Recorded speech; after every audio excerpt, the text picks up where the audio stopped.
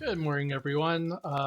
Today we're doing men's basketball, men's college basketball for February 1st, 2024, and then we'll be moving on to NBA. There is no NHL as they're on their All-Star break. So let's do a really quick recap from yesterday. Yesterday was not a great NBA day for me at all. As you can see, there's a lot of red on the side of the pick six, and I'm using the pick six for that because it's where I have the most funds, and I cannot do college basketball with DraftKings pick six. So I try and do my NBA plays over there, and NBA and NHL.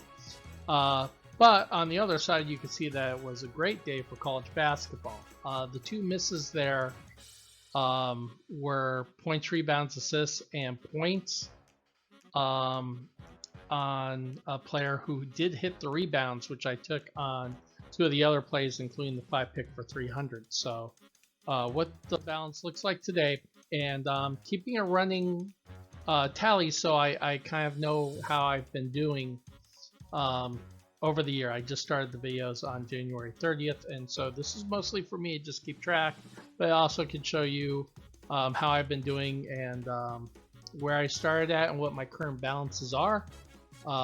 So you can see basically how I've been doing. So yesterday, my profit loss, I hit up 370 on underdog on college basketball, which was great. And I lost 180 on DraftKings Pick 6, which wasn't so great, but overall it's plus 190 day, which I will take every single day if we could do that.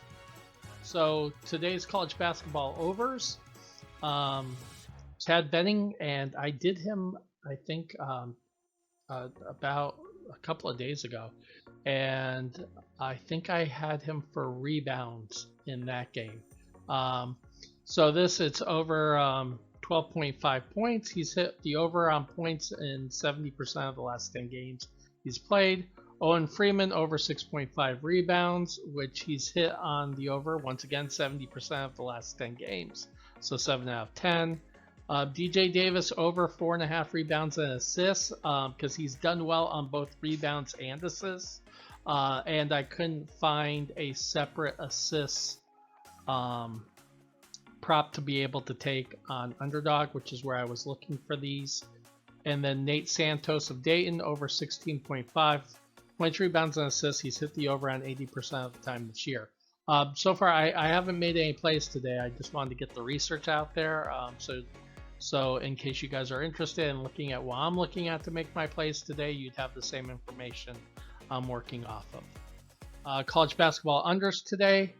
On that first one, I have both the under the points and the under the points, rebounds, and assists.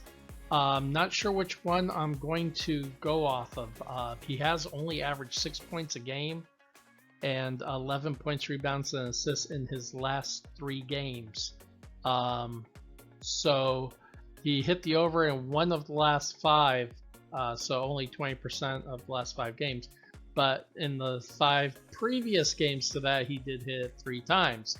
So I'm kind of balancing what to look for on that. Baylor over at Creighton under 4.5 assists. Underdog's already moved this down to 4 assists. He's averaged 2.8 assists over his last 10 games. And he's only hit the over once in the last 10 games. He has 6 assist game 2 or 3 games ago. And then Keenan Blackshear, who's going to be an NBA draft pick. So it's always a little concerning going against those.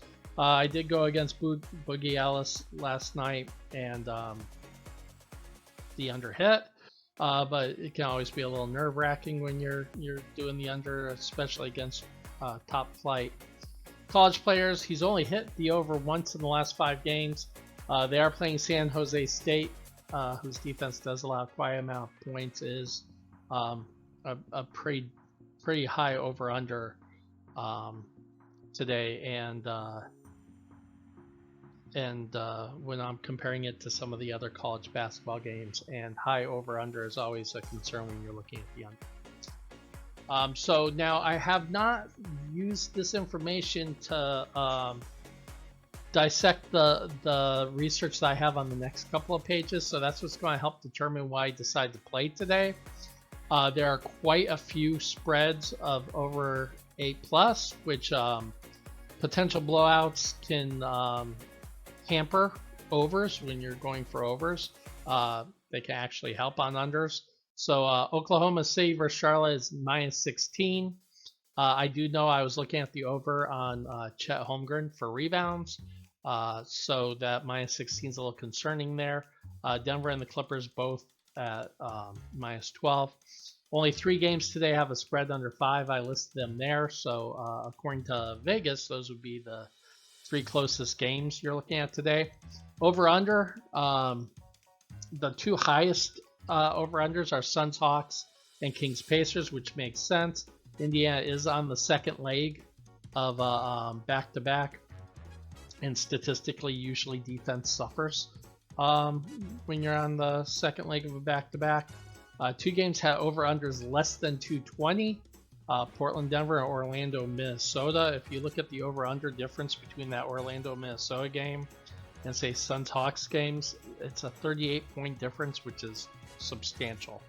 Significant injuries today I have listed there. This is only as of 9 a.m. Pacific because I wanted to do a better job of getting out the research that I did earlier rather than later today. So those are only listed as of now. You obviously got to track the NBA because stuff changes constantly.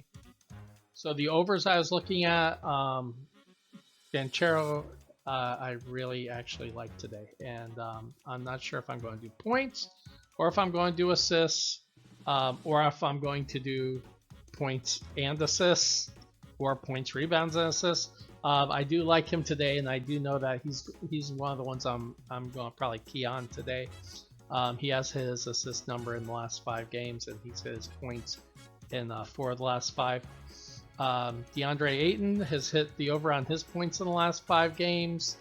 You can see that Jaden Ivey has consistently hit the over 70% of his last 20 games and 80% of his last 10. Jonathan Kuminga's gone over the last 5 games. And so you can see the information there. There's the Chet Holmgren over 7.5 rebounds. Charlotte is really weak against the position. He's hit in 80% of his games, but just like the Harden, misspelled there, and same with Banchero's first name. And Kwame games, those are high potential blowout games, which can make the over a little sketchy. Sometimes I might look at the first half stats on a game that I'm concerned about the spread. So, but that's what I've looked at there. Unders, Fox hasn't hit his over in 4 of the last 5 games, but it is Fox who can explode in any given game. Grayson Allen also hasn't hit his over/under in 80% of the last 5 games, but that's also the highest. Both of those first 2 are both really high over/unders, which is a little concerning. Fred VanVleet has not hit the over in 4 of the last 5 games on both points, rebounds, and assists, and on assists, so I'm going to be taking a look at both of those. Brandon Ingram has not hit the over in 4 of the last 5 games on his assists, and CJ McCollum has not hit the over on his assists in the last 5 games. So that's basically what I'm looking at today. I'm going to kind of cobble them all together. I'm going to be waiting for Prize Picks protected play before playing on Prize Picks. And I'm going to search what NBA DraftKings Pick 6 has for NBA early, because there I see stuff move quite a bit. So if I'm looking at an over, I'm probably going to take it early, because it will they will bump it quite a bit. As far as the unders go, I can always wait because more people bet the over than the under. So anyways, that's the research for today. I hope you guys have an amazing day. Good luck on all the games. Let's make some money. Have a great weekend.